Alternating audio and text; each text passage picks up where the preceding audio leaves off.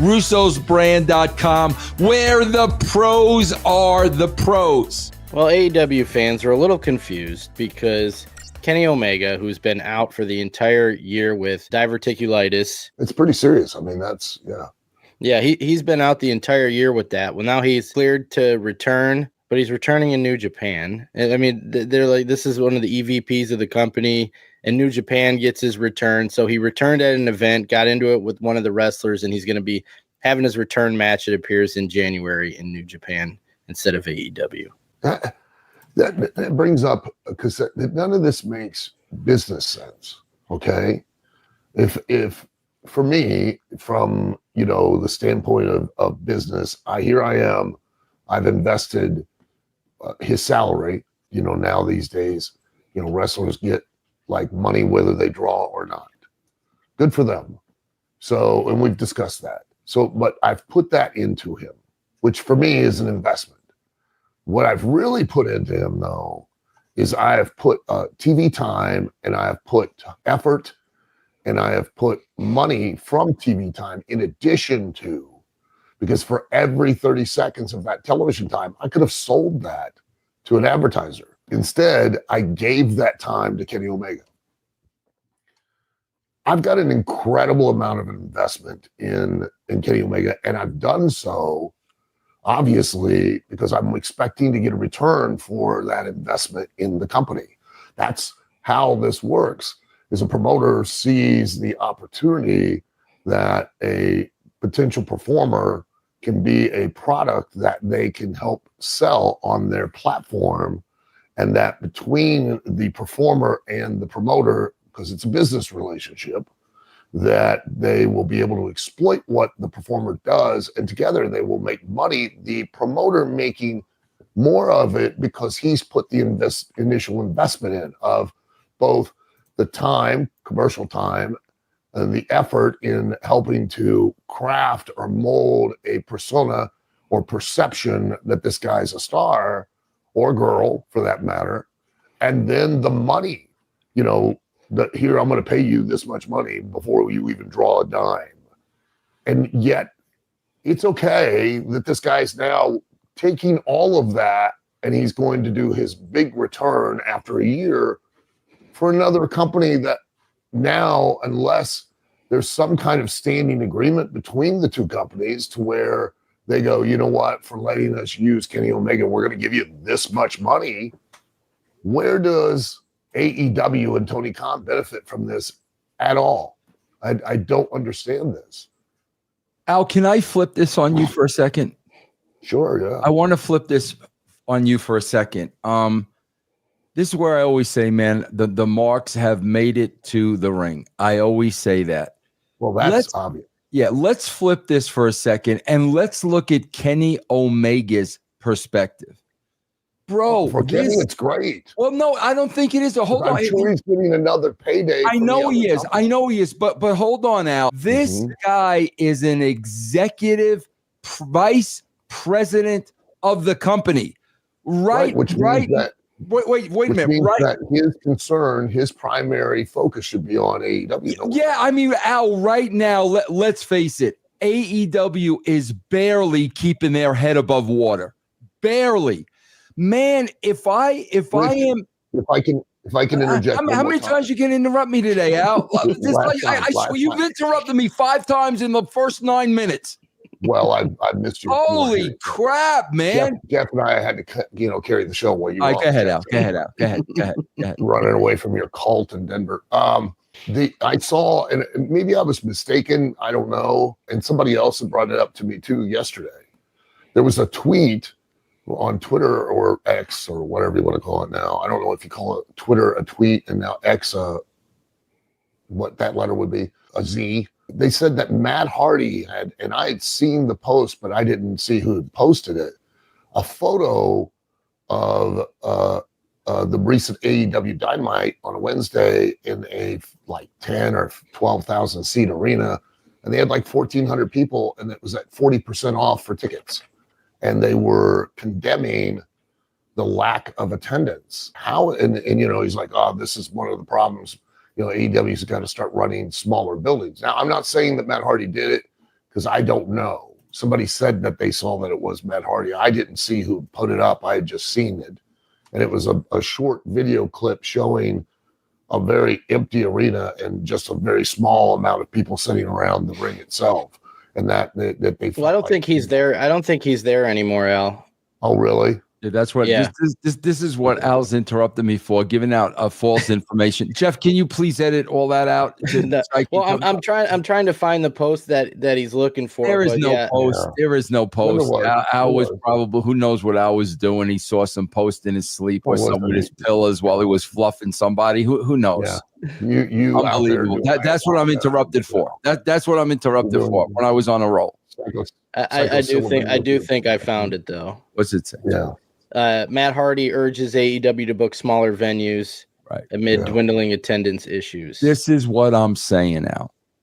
Okay. This guy is vice president of this company, a vice president. They're having problems. That is crystal clear. TV ratings, attendance at house shows across the board. Yes, let's give them credit where credit is due. They got the big television deal. Yes, great, good for you. However, nobody's watching you and you're not drawing. If I'm Kenny Omega and I'm the executive, one of 3 executive vice presidents, I'm not rolling up my sleeves and diving into this situation head first. I'm more worried about going and work in Japan. Really? Yeah.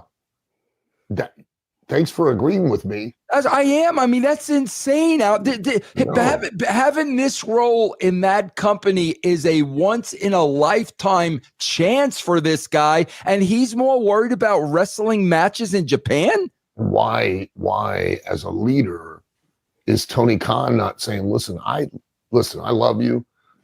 Kenny obviously does. And I would love to see you go back and do things in Japan. But brother, I need you here. Like I could parlay your return after a year into a major moment for AEW that might help generate some ratings and some attendance and might create some buzz. Why are you giving that to New Japan? And maybe there's more beneath the surface as far as some kind of business deal that we are not aware of that financially justifies this decision. I don't know. But on the surface, all I can say is this makes no business sense whatsoever. None. That would be like that would be like you. That would be like you leaving OVW tomorrow because you got a show booked at the Kirkin Hall. Correct. Or it would be like Vince McMahon has spent all of this time, money, and effort into when Cody Rhodes got hurt. Cody was not allowed to go make an appearance anywhere else, but once he got better, he was allowed to make an appearance only for WWE because that was the direct line of investment in return. To your point, here he has, you have a guy named Kenny Omega who has a chance of a lifetime of having a reputation and a name, of being a part of the decision-making that could possibly steer this ship of AEW away from the rocks of impending doom. And, I'm coming back, but man, you know where I want to return? I want to return where I really made my name, and that's New Japan. So I'm going to go there first. That's unbelievable. Yeah, I don't get it. You business-wise, and personally, when you were entrusted, because this is an inalienable truth about life. When you're entrusted with authority, which what executive vice presidents are given, they're given a certain level of authority. But in order to get any amount of authority, you have to have a certain amount of commensurate responsibility. They go hand in hand. So if you're an executive vice president, you're literally right underneath Tony Khan. That means Tony Khan's got all the responsibility, because at the end of the day, Tony Khan now has all the authority, because Tony Khan is going to be the one single person that gets to eat the shit sandwich if things go tits up. You get a piece of that shit sandwich if you're the executive vice president, which means you're just one step below Tony Khan, which means you only have a little less authority than him. But that's only because you have a little less responsibility than him. You still have a responsibility to the company. to all of those employees, and you have a responsibility to all those talent.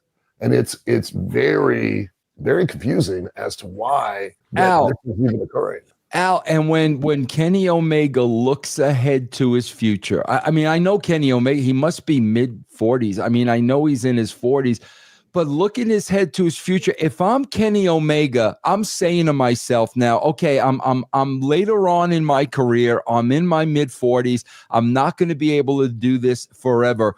Let me take this executive vice president role seriously. Let me do everything I can to help Tony turn this company around. Then, Al, as he gets older, from a business perspective, now he's making himself valuable to the WWE, right? Once I can't wrestle, man, I got all this experience as I did A, B, C, D, and E, but that guy isn't even thinking about any of that. All he's thinking about is going to wrestle matches in Japan. He's 41. I just looked at it. 41. Okay, 41. And think about this. I mean, you mentioned WWE, and there's a good reason why you do.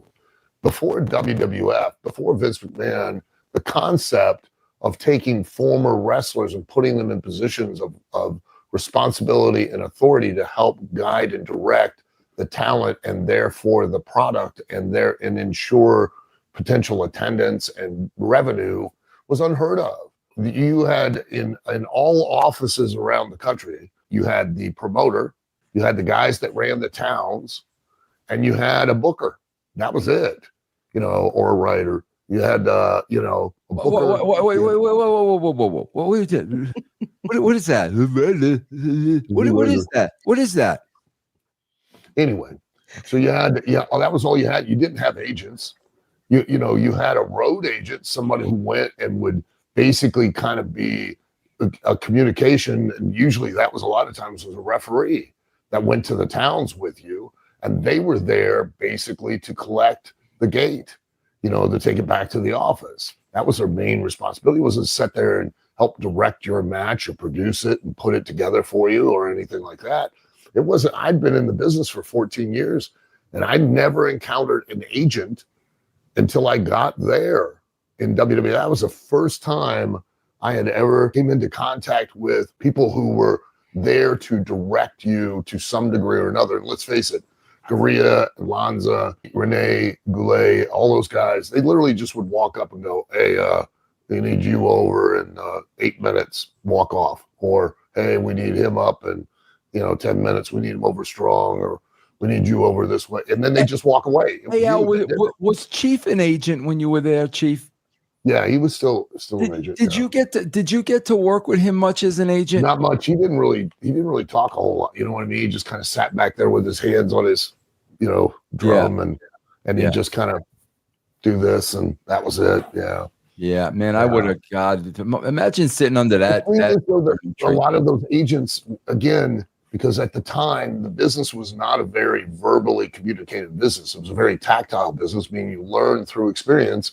And a lot of those guys wouldn't give you input because it was your responsibility in your match. So they wouldn't really delve into and they're respecting your craft too, because they were former wrestlers. Correct. Right. The only one that the only agent really that I was able to go to and I go, hey, I'm really looking to try and do this tonight or for this reason, or was Terry Taylor. And he would offer up ideas and suggestions on how I could psychologically get what I was trying to do in particular matches some nights, and other than that, a lot of them just would walk up and, you do here, do this, blah, blah, blah, blah.